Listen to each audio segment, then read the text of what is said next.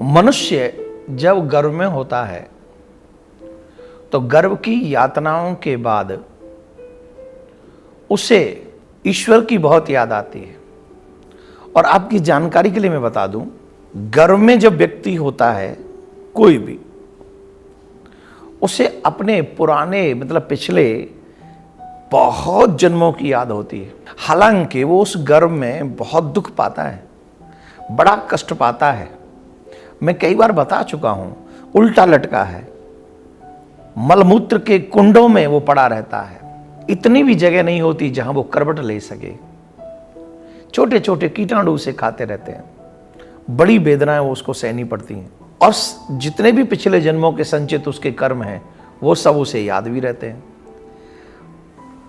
एक स्थिति वो भी आती है कि जब वो समझ जाता है कि ये दुख जो गर्भ में है, ये दुख फिर भी कम है, लेकिन मैं जब संसार में जाऊंगा तो मुझे ये दुख बहुत बढ़ने वाला है।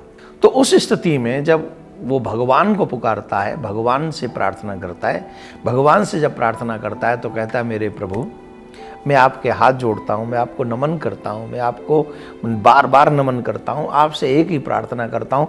मुझे पता है कि मैं इस गर्भ में दुख पा रहा हूँ, मुझे मालूम है मैं इस गर्भ में दुखी हूँ। इसके बाद भी मुझे आप पृथ्वी पे मत भेजिए, मुझे आप या इस गर्भ से मत निकालिए, क्योंकि यहाँ से ज़्यादा दुख तो वहाँ है। तो भगवान कहते हैं, नहीं, ये तो तुझे जाना ही पड़ेगा।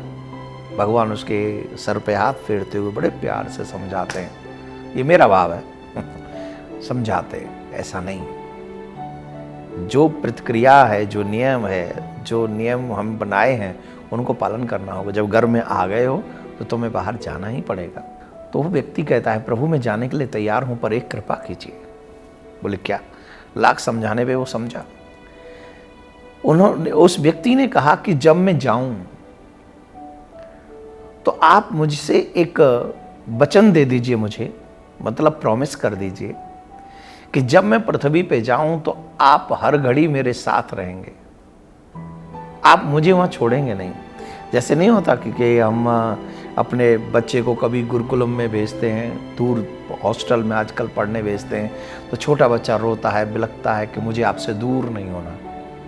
उस कंडीशन के उस दर्द को सिर्फ वो बच्चा समझ सकता है, कोई और नहीं समझेगा, ये ध्यान रखिए।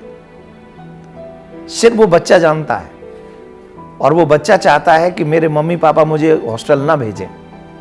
वैसे ही घर में वो शिशु भी चाहता है कि मेरे भगवान मुझे अपने आप से दूर करके इस पृथ्वी पर न भेजें, वो चाहता है ये।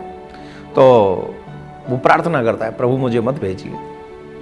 पर भगवान कहते हैं, चिंता मत कर, तो वो आप मुझे मेरे साथ रहोगे। बोले जब जब तू नेत्र बंद करेगा, तब तब जब जब तू सच्चे मन से याद करेगा, मैं तेरे पास हूँगा। भगवान ने उसको भेजा, समय की स्थिति बदली और वो जन्म हुआ। माया की, जैसे हमारे शास्त्रों में लिखा है कि जब वो बाहर आता है तो माया की हवा जब लगती है तो वो सारा ज्ञान जो गर्भ में था वो भूल जाता है, रोने लगता है, रुदन करने लगता है, धीरे धीरे बड़ा होता है और सब कुछ भूल जाता है। और सब कुछ भूलने के बाद वही करता है जिसको वो करने के लिए घर में मना कर रहा था कि मुझे ये सब करना पड़ेगा, तो वो फिर वही करने लग जाता है और वो भगवान को भूल जाता है। और भूल भाल के वो जिस कर्म को करना चाहता है फिर करता है। जब मरने वाला होता है अंतिम समय पर, तब उसे अचानक से भगवान के वो शब्द याद आते हैं, अपने वचन याद आते हैं। फिर वो कहता है, प्रभु आपने मुझे झूठ बोला, आपने मुझे धोखा दिया, आपने मेरे साथ छल किया, क्योंकि आपने कहा था कि मैं तेरे साथ हमेशा रहूँगा, पर आप कभी मेरे साथ में नहीं रहे। भगवान ने कहा कि तूने कभी मुझे अपने साथ आने का अवसर ही नहीं दिया। तूने अपने साथ इतने लोगों को बिठा रखा था कि मेरे बैठने की तो कोई जगह ही नहीं थी। तूने इतना अपने आप को व्यस्त कर लिया था।